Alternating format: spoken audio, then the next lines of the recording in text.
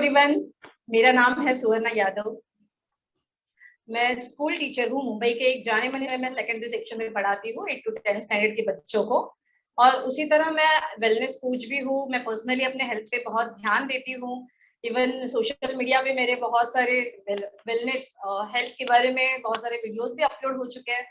तो मैंने सोचा कि अभी बच्चों में हम लोग रहते हैं, स्कूल में पढ़ाते हैं, बहुत बार देखा कि बच्चों में सही मायने में कंसंट्रेशन नहीं आ पाता, किसी कंसेप्ट को वो लोग जल्दी से ग्रास्प नहीं कर पाते।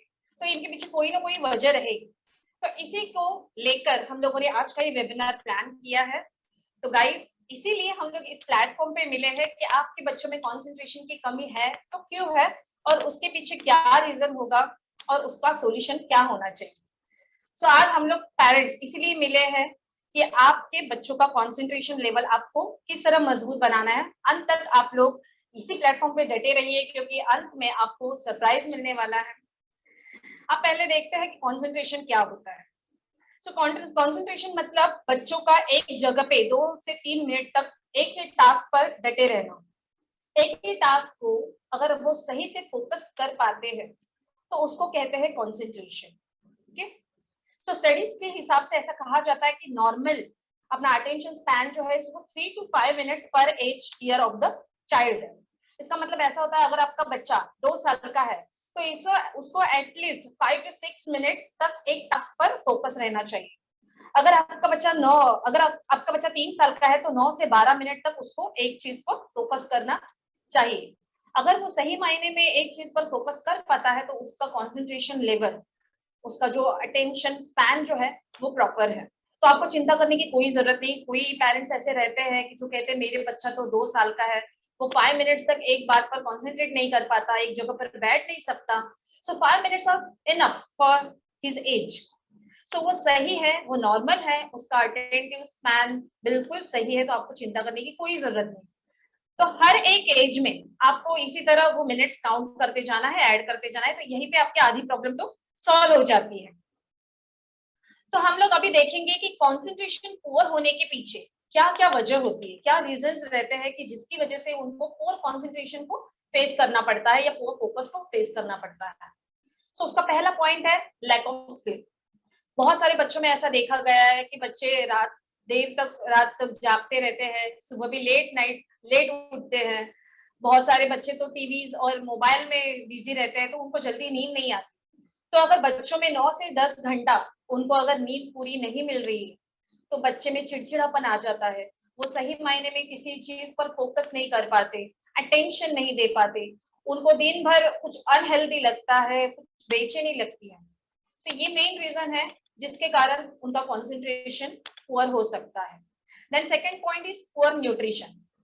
अभी ज्यादातर हम लोग देखते हैं कि आजकल के बच्चे ज्यादातर packet foods, junk foods intake कर रहे हैं। उनको हेल्दी फूड नहीं चाहिए, उनको चॉकलेट्स चाहिए ज्यादातर। सो हेल्दी फूड को हम लोग अवॉइड कर रहे हैं, बच्चों के डाइट में उसको नहीं ला रहे। उनकी वजह से उनका कॉन्सेंट्रेशन लेवल कम होता जा रहा है। उनके ग्रोथ के लिए जो जरूरी न्यूट्रिशन चाहिए, जो जरूरी मिनरल्स चाहिए, वो उनकी रिक्वायरमेंट फुलफिल नहीं कर रहे हैं। और उसपे भी वो लोग पैकेट फूड खा रहे हैं। तो आपको तो पता रहेगा कि आजकल पैकेट फूड में हेल्दी फूड कम और जो केमिकल्स रहते हैं वही ज्यादा रहते हैं। तो हम अनदेखा कर न जाने कितने केमिकल्स अपने बच्चों के शरीर में डाल रहे हैं। सो उसको तो पहले अवॉइड करना है। That is second point of poor concentration. Then the third point, dehydration. अभी बच्चे जो रहते हैं वो, बहुत सारे बच्चों को ये आदत रहती है पानी कम पीते हैं, कुछ खाना खाने के बाद ही पानी पीते हैं, या फिर खाना खाने वक्त ज्यादा पानी पीते हैं। तो उससे क्या होता है, खाना खाने के टाइम पे अगर वो ज्यादा पानी पीते हैं तो खाना कम जाएगा और सिर्फ पानी से ही उनका पेट भर जाता है। सो इनफ लेवल ऑफ वाटर हमारी बॉडी बहुत रिक्वायर करती है। खास करके अपने बॉडी में ज्यादा पानी की मात्रा होती है। जो प्रॉपर पानी उसके शरीर के अंदर नहीं जाएगा तो उसका जो शरीर का जो प्रोसेस है, जो फंक्शन है, वो स्मूथ होने में बहुत डिफिकल्टीज आती है। और उसी के कारण उनका कंसंट्रेशन भी पुअर हो जाता है, लो कंसंट्रेशन वो फील करने लगते हैं। So dehydration is the third point for the poor concentration. Then the next point is family stress. बहुत सारे घरों में ऐसा देखा जाता है, जहाँ फैमिली है वहां पे तो झगड़े टंटे रहते हैं, फाइनेंशियल क्लैशेस रहते हैं। तो ये सब बातें हम लोग कभी भी बच्चों के सामने जब डिस्कस करते हैं या बच्चों के सामने ये सब बातें होती है तो वो अनजाने में कहीं तो उन बातों का उन पे असर होता है, वो डरे डरे रहते हैं, सिमटे सिमटे रहते हैं, उनके अंदर का कॉन्फिडेंस लेवल धीरे धीरे स्लो हो जाता है, और उनका कंसंट्रेशन लेवल, फोकस लेवल, उन पे भी वो ज्यादा असर करने लगता है। ये सारा स्ट्रेसफुल एनवायरनमेंट जो है उसकी वजह से वो लोग कोई नई कंसेप्ट को एब्जॉर्ब नहीं कर पाते, अटेंशन नहीं दे पाते, समझ नहीं पाते, उनका ज्यादातर ध्यान वो घर की बातों में लगा रहता है। इवन वो अनसिक्योर फील करते हैं अपने फैमिली मेंबर्स के ही साथ। सो ये भी बहुत बड़ी बात है, बहुत अफेक्ट करता है बच्चों के सामने ये फाइनेंशियल स्ट्रेस रखना। सो ज्यादातर हमें इसको भी अवॉइड करना चाहिए। Then the next point is lack of physical activity. आजकल के बच्चों में हम लोग देखते हैं कि बाहर का एनवायरनमेंट उनको नहीं मिल रहा है, ज्यादातर वो लोग चार दीवारों के अंदर मोबाइल और टीवी के सामने बैठे रहते हैं, घंटों तक बैठे रहते हैं, वही गेम्स और वही टीवी के सीरियल्स जो सास बहू का देख देख कर उनके दिमाग पे भी असर होने लगता है। सो ये सब बातें नहीं होनी चाहिए। उनको ज्यादातर हम लोग आउटडोर एक्टिविटी देंगे, आउटडोर गेम्स देंगे, तो उनसे उनके शरीर में, अगर वो लोग धूप में खेलते हैं तो डी विटामिन की कमी पूरी हो जाती है, उनको अच्छे से एग्जॉस्ट हो पाते हैं, पसीना आने की वजह से उनके अंदर का जो टॉक्सिन्स है वो भी बाहर निकलने में मदद हो जाती है, उनमें कोऑपरेशन की लेवल आ जाती है, दोस्तों के साथ अच्छे से खेल पाते हैं, डिसिप्लिन मेंटेन कर पाते हैं, और इनका इनडायरेक्टली जो असर है वो उनके फोकस और कंसंट्रेशन पे होता है। सो आजकल हम लोग देख रहे हैं ये फिजिकल एक्टिविटीज दिन ब दिन कम होती जा रही है। सीमेंट की चार दीवारों के अंदर बच्चा सिर्फ एक ही जगह पर बैठकर घंटों घंटों तक मोबाइल पे गेम खेलता रहता है। So that is the main reason to poor your concentration. देन हम लोग देखेंगे, अभी हम लोगों ने देखे ये रीजंस जो हमारे बच्चों का कंसंट्रेशन कम करते हैं, जो हमारे बच्चों के कंसंट्रेशन में और फोकस में ऑब्स्टेकल लाते हैं। सो अभी हम लोग देखेंगे इससे कैसे बूस्ट अप कर सकते हैं, इससे कैसे कम और कर सकते हैं, क्या सॉल्यूशंस है। तो पहला सॉल्यूशन ये है गुड डाइट। हमें पहले तो उनका डाइट चेंज करना है, उनके डाइट में अननेसेसरी जो फूड आते हैं उनको अवॉइड करना है, ज्यादातर leafy vegetables, fruits, pulses, nuts, इनको इंक्लूड करना है, जिनकी वजह से उनकी ग्रोथ अच्छे से हो पाएगी। बहुत सारे बच्चे हैं जिनकी हाइट उनके एज वाइज नहीं बढ़ती है, तो उसका भी एक मेन रीजन है कि उनको प्रॉपर डाइट नहीं मिलता है, वो सफिशिएंट जो फूड की मात्रा है वो उनके बॉडी के अंदर नहीं चली जाती, या अगर वो खाते भी है तो वो एब्जॉर्ब करने की एबिलिटी उनके बॉडी में नहीं रहती, इसलिए जो खाते हैं वो ऐसे ही वेस्टेज करके निकल भी जाता है। So that is the main reason.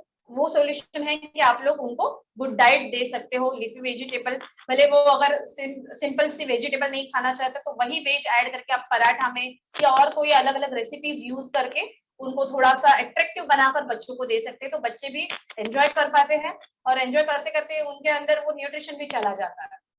Then the second point is plenty of water. Water की सही मात्रा। जैसे मैंने कहा अपना शरीर ज्यादातर पानी से बना हुआ रहता है, अपने सारे ऑर्गन्स को पानी की मात्रा की जरूरत रहती है, खास करके खून में पानी की मात्रा ही जो ज्यादा रहती है, जिसकी वजह से सारे ऑर्गन्स को ऑक्सीजन सप्लाई होता है। अगर ये पानी सफिशिएंट अपनी बॉडी के अंदर नहीं चला गया तो हमें कॉन्सेंट्रेशन तो लोअर हो ही जाता है, लेकिन उसी के साथ अपनी बॉडी जो है वो लो एनर्जी दिखाती है। तो अगर अपना स्टैमिना, अपनी एनर्जी सही नहीं रहेगी तो कोई भी काम करने में अपना मन ही नहीं लगेगा। तो बिल्कुल उसी तरह बच्चों में भी है, बच्चे अगर सफिशिएंट मात्रा में, सफिशिएंट प्रोपोर्शन में पानी नहीं पीते हैं तो उनके फोकस पे, उनके ब्रेन पे वो बहुत असर करता है। इवन आप लोग देखेंगे 1% ऑफ पानी आपके अगर शरीर में भी कम हो जाता है, हमें प्यास लगने लगती है, 5% अगर कम हो जाता है तो हमें आगे का ब्लर दिखने लगता है, बेहोश भी हो जाते हैं हम लोग। तो दिमाग काम करने का तो सवाल ही, तो ज्यादा कंसंट्रेट चीजें फटाफट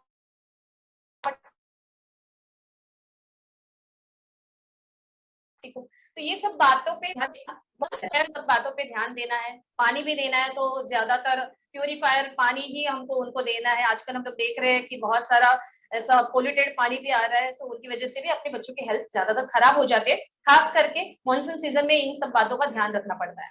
then the next point is enough physical activity. जो फिजिकल एक्टिविटी है, आउटडोर गेम्स है, वो उनको प्रॉपर वे में देना है। बच्चों को थोड़ी देर बैठने के लिए देने के बाद बाहर बच्चों में खेलो, दोस्तों के साथ खेलने जाओ, ऐसे उनको बीच बीच में फिजिकल एक्टिविटीज ज्यादातर देनी है। आउटर गेम्स है, बहुत सारी एक्टिविटीज है जैसे karate, singing classes, dancing classes, वहां जाकर वो फिजिकली एक्टिव हो जाते हैं। उनकी वजह से क्या होता है, उनके ब्रेन में जो केमिकल रिलीज होता है तो उससे उनका जो बूस्टअप ऑफ एनर्जी, उनका कॉन्सेंट्रेशन लेवल, उनका फोकस लेवल बहुत बढ़ जाता है और वो हैप्पी फील करते हैं, उनको मजा आता है वो सारी चीजें करते हैं। हमें लगता है अरे ये सारी एक्टिविटीज करेंगे तो बच्चा पढ़ेगा कब, लेकिन ये सब एक्टिविटीज करने के बाद ही बच्चे बहुत अच्छे पढ़ते हैं। ये साइंटिफिक रिसर्च ने भी ढूंढ निकाला है कि बहुत सारे बच्चे फिजिकली जो एक्टिव रहते हैं वो पढ़ाई में भी उतना ही फोकस कर पाते हैं और अच्छे से ध्यान दे पाते हैं और उतना शार्प माइंडेड रहते हैं। Then the next point is divide big task into small task.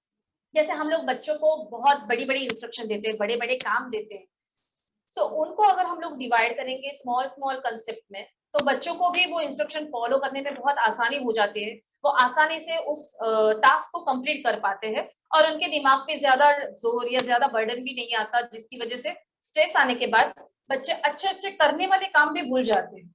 अगर हम लोग उनके ऊपर स्ट्रेस डालेंगे, ओवर एक्सपेक्टेशन डालेंगे, तो उनके वजन से ही वो दबे पहले दब जाते हैं और जो उनके अंदर का स्किल है वो भी दब जाता है, इवन उनका कॉन्फिडेंस लेवल कम होता है। तो इसीलिए हमें ज्यादातर उनको फिजिकल एक्टिविटीज में किस तरह वो बिजी रखना है, ये सब बातों को सोचना है। Then the next point is reducing distraction. बहुत बार हम लोग ऐसे करते हैं, बच्चे किसी चीज में मगन रहते हैं, कोई तो टास्क वो कर रहे थे, सपोज कुछ खेल रहे, कुछ ड्राइंग बना रहे, हम लोग उसको बीच में से डिस्ट्रैक्ट करते हैं, कुछ पूछते हैं, तो वो हमें बात अवॉइड करनी होगी। अगर बच्चा क्लास में बहुत मगन है, बहुत बिजी है, ये अच्छी बात है कि उसके मेंटली वो प्रिपेयर होता है कि एक एक टास्क पे वो कैसे फोकस करे, भले वो गेम रहे या कोई पढ़ाई रहे। तो वो बातों पे हमें ध्यान देना है। तो वो पढ़ने लगे, कुछ पढ़ाई कर रहा है, उसका ऑनलाइन लेक्चर भी वो अटेंड कर रहा है, तो हम लोग जाकर बीच में पेरेंट्स टोकते हैं, कुछ पूछते हैं, उनको डिस्ट्रैक्ट करते हैं, तो ये सब बातें अवॉइड करनी पड़ेगी। तभी जाकर हम लोग उनका कंसंट्रेशन और फोकस लेवल बढ़ा पाएंगे उस सब का। कि बच्चों का ऐसे गेम्स दे खेलने के लिए जिनकी वजह से उनका फोकस ज्यादा से ज्यादा बढ़े। बच्चे नहीं खेलेंगे तो और कौन खेलेगा। बच्चों को हम लोग छोटी छोटी बात पर टोकते खेलो नहीं, लेकिन उनको खेलने देना चाहिए, तो उनके अंदर जो भी स्किल रहता है, जो भी क्वालिटीज रहती है, वो बाहर निखर कर आती है और वो ज्यादा से ज्यादा एंजॉय जब करते हैं, तो वो हर एक टास्क पर, हर एक अपनी पढ़ाई पर भी उतना ही ध्यान दे पाते हैं। सो हमें तो मेन बात और सबसे अहम बात तो ये है कि हमारा अपने बच्चे का जो बाकी लोगों से हम लोग कंपेयर करते हैं, दूसरे बच्चों के साथ हमारे बच्चों का कभी भी कंपैरिजन नहीं करना चाहिए, क्योंकि हर एक बच्चे में एक खासियत रहती है। तो अपने बच्चों को हम नहीं समझेंगे तो और कौन समझेगा। एज अ पेरेंट ये हमारी ड्यूटी है कि अपने बच्चों को अगर कुछ वीक पॉइंट है उनके, तो वहां पे उनको सपोर्ट करना है, उसको कोप अप करने के लिए किस तरह मदद कर सकते हैं, किस तरह उसका कॉन्फिडेंस लेवल बढ़ा सकते हैं, ये एज अ पेरेंट्स हमारी ड्यूटी है। तो हमारे अपने बच्चों को कभी भी हमें कंपेयर नहीं करना चाहिए, कभी भी उनको सब उनके दोस्तों के सामने इंसल्ट नहीं करना चाहिए, उनको इंसल्टिंग या इम्बैलेंस फील हो इस तरह हमें उनके सामने रिएक्ट नहीं करना चाहिए। तो ये सारी बातों का अगर हम लोग ध्यान रखेंगे तो बहुत अच्छा रिजल्ट आता है, बच्चे अच्छे से फोकस कर पाते हैं और उनका कंसंट्रेशन लेवल भी बढ़ जाता है। मुझे भी दो बच्चे हैं। मेरा बड़ा जो लड़का है वो 10th स्टैंडर्ड में पढ़ता है और मेरी लड़की जो है 6th स्टैंडर्ड में पढ़ती है। तो उनको भी मैं एज अ पेरेंट ये सारी बातों का ध्यान रखती हूँ। और खास करके तो मैं ब्लेस्ड हूँ, मैं समझती हूँ कि मैं अपने बच्चों को अच्छा न्यूट्रिशन प्रोवाइड कर रही हूँ, जो हर्बल न्यूट्रिशन में डायनोशिक है। अभी मुझे तो पता है बच्चे प्रॉपर खाते नहीं, बच्चों का बहुत ड्रामा रहता है खाने के टाइम पे, वो भले कितना भी एक्टिव हो, कितना भी स्मार्ट बच्चा हो, खाने को लेकर उनको बहुत नाटक रहता है। तो अगर हम लोग उनको प्रॉपर वे में उनका न्यूट्रिशन अगर देंगे, तो उनका इंटीरियर जो हेल्थ है वो भी इंप्रूव हो जाता है, उनका मेंटल स्ट्रेस है वो भी कम होता जाता है। ये कॉम्पिटिटिव दुनिया में हम लोग बच्चे को दौड़ो, फर्स्ट आना ही है, सेकंड आना ही है, ये सब बातों का स्ट्रेस देते हैं, तो वो स्ट्रेस रिमूव हो जाता है। सो हर्बल लाइफ न्यूट्रिशन ने एक अमेजिंग प्रोडक्ट जो अवेलेबल किया है, वो डायनोशेक मैं अपने बच्चों को हर रोज देती हूँ। और जिनकी वजह से मेरी लड़की, खास करके मैं अपने गर्ल्स में देख रही हूँ कि उसकी जो हाइट है बहुत अच्छे से उसमें इंप्रूवमेंट हुई है, उसका जो ग्रोथ लेवल मुझे अच्छे से दिखा, उनका कॉन्सेंट्रेशन लेवल बढ़ गया है, कोई भी कंसेप्ट उनको समझाओ तो फौरन समझ में आती है, उनका जो डिस्ट्रैक्शन लेवल था, फौरन से किसी भी बात से मन उठना, ये सब बातें बहुत कम हो गई है। और खास करके तो मेन तो इम्यूनिटी बढ़ गई। अगर बच्चा स्वस्थ रहेगा तो ही वो पढ़ाई पे ध्यान दे पाएगा। बहुत सारे पेरेंट्स ये आजमा रहे होंगे कि एग्जाम जैसे नजदीक आते हैं तो बच्चे बीमार पड़ते हैं, खांसी जुकाम ये सब बातें तो चलती ही रहती है। तो अगर हम लोग उनकी इम्यूनिटी बूस्ट करेंगे तो उनमें ये सब बीमारियां, ये सब बातें नहीं आएंगे। तो मैं सबको सजेस्ट करूंगी कि हम लोग जो बल्क न्यूट्रिशन का डाइट शेक अपने बच्चों को प्रोवाइड करते हैं, आप भी उसको अगर देखेंगे तो उससे प्लेटफॉर्म में और भी कई पेरेंट्स हैं जो अपने बच्चों को ये हेल्दी न्यूट्रिशन प्रोवाइड करते हैं और उनको बहुत अच्छा रिजल्ट आया है उससे। सो हम लोग देखेंगे कि वो पेरेंट्स क्या कहते हैं, उनकी जुबानी से। Ma'am thank you Manish sir, मुझे ये प्लेटफॉर्म पे इनवाइट करने के लिए। पहले तो मैंने जो हर्बलाइफ न्यूट्रिशन स्टार्ट किया है उसका मेरा रिजल्ट शेयर करना चाहूंगी। मैंने 4 मंथ्स में अमेजिंग 11 kg फैट लॉस किया है। उससे मेरी एनर्जी लेवल खुद की बढ़ गई है और मैं मेरे जो लड़का और लड़की दोनों है उनको मैं मॉर्निंग को डाइनो शेक देती हूँ। और ये जो लड़का बैठा है ना बहुत मस्ती कर रहा है, इसके कंसंट्रेशन का तो प्रॉब्लम है, तो अभी जो स्टार्ट किया है उसकी एनर्जी लेवल बढ़ गई है। अभी कंसंट्रेशन पे काम करना जरूरी है। मैम ने जो टिप्स दिए हैं मैं वो आजमाऊंगी उसके ऊपर और ट्राई करूंगी बस। अच्छा, तो thank you Manish sir and thank you Suvarna ma'am for giving me such a amazing opportunity to share my views and all. मेरा नाम मनीषा शिंदे है। ये मेरे 2 प्यारे से ट्विंस है और इनके वजह से एक्चुअली मेरा ये जब मतलब प्रेगनेंसी में मेरा वेट बहुत ही गेन हुआ था। तो जब ये थोड़ा थर्ड मतलब 3 इयर्स के होने लगे तो उनके पीछे पड़ना पड़ता है, बहुत एनर्जी अपनी वेस्ट होती है एक्चुअली। तो मुझे वो सब नहीं आता था करने because of my heavy weight. तो मैंने ये अपना गुड न्यूट्रिशन स्टार्ट कर दिया, फिर उसमें मेरा वेट लॉस हो गया। बट जैसे जैसे ग्रोथ होने लगी तो मुझे एक्चुअली ट्विंस होने की वजह से एक को इन्फेक्शन होता था तो दूसरे को भी होता था। तो ऑलमोस्ट मेरा लिटरली 15 डेज उनके पीछे चला ही जाता था मंथ के, कि एक ठीक नहीं हो रहा है तो दूसरा मतलब बीमार पड़ जाता था। फिर जब से मैंने जैसे कि मैंने ये न्यूट्रिशन मैंने जूनियर केजी से स्टार्ट किया, तो नर्सरी में इन लोगों का थोड़ा एक्चुअली मतलब थोड़ा सा भूल भी जाते थे, जैसे अल्फाबेट है पोएम से भूल जाते थे। बट जब से मैंने स्टार्ट किया तो टचवुड मेरा डॉक्टर के विजिट बहुत कम हो गए और दोनों की अभी देखो हेल्थ भी अच्छी है और हाइट में बोलूंगी स्पेशली मेंशन करूंगी कि दोनों की हाइट बहुत अच्छी बढ़ने लगी। और मतलब ट्विंस पेरेंट्स में वो बहुत इशू रहता है कि बच्चों की हेल्थ में ज्यादा रखना पड़ता है ध्यान, क्योंकि इन्फेक्शन फटाफट दोनों को हो जाता है। बट गुड न्यूट्रिशन लेने से अभी मेरा बेटा अवनीश खुद ही बताएगा वो क्या फील करता है। बोलो अवनीश। मैं साइकिल बहुत अच्छी तरह से चलाता हूँ, मुझे साइकिलिंग बहुत पसंद है। मैं मेरे पापा के साथ मतलब मेरी दीदी की साइकिल पर पापा बैठते हैं और हम दोनों डाइनो शेक पीते हैं। पापा चॉकलेट शेक पीता है, तो हम दोनों साइकिल चलाते चलाते कहीं तो जाते थे। Okay, now Aradhya want to say something. Say Aradhya. My name is Aradhya. Dino shake में 2 फ्लेवर्स रहते हैं, एक तो चॉकलेट या स्ट्रॉबेरी। मैं चॉकलेट लेती हूँ। चॉकलेट में मुझे फील होता है ये साइकिल में अच्छा फील होता है, राइड करने में भी। Thank you. Okay, thank you. और सुवर्णा मैडम को स्पेशली थैंक्स है जो रेगुलर हम लोग जीते लेकिन ये पॉइंट्स के ऊपर कभी ध्यान नहीं दिया। 110% हम ये सब फॉलो करेंगे जो भी आपने पॉइंट्स बताया। Thank you very much. नाम मनीष है और ये मेरा रिजल्ट है, ये मेरा वेट रिजल्ट है। मैं काफी ओवरवेट था, वेट की वजह से काफी हेल्थ इश्यूज हो गए, मुझे high blood pressure high cholesterol था और एक दिन डॉक्टर ने कहा था कि आपको कभी भी हार्ट का प्रॉब्लम हो सकता है। तो फ्रेंड्स मेरी जैसी जो मेरी बुरी आदतें थी ना खान पान की स्पेशली, वही मेरे बच्चों में भी आ रही थी या मेरे घर पे भी आ रही थी, क्योंकि हम जो घर का खाना खाते या बाहर का खाना खाते वही हम बच्चों को भी देते। तब मेरी एक लड़की थी और वो जब मुझे डॉक्टर ने कहा कि आपको वेट कम करना है और अमेजिंग ये गुड न्यूट्रिशन मेरी लाइफ में आया, मेरी आंटी ने मुझे सजेस्ट किया और थैंक्स टू माय आंटी। और ये न्यूट्रिशन लेके मैंने विद इन 6 मंथ जो है मेरे जो भी हेल्थ इश्यूज थे वो नॉर्मल लेवल पे मैं लेके आया और अब तक मैंने 20 kg फैट लॉस किया। पर उसके साथ मैंने क्या किया, मैंने ये काम किया कि अगर मैं हेल्दी बन गया तो मेरे फैमिली को भी हेल्दी करना जरूरी है।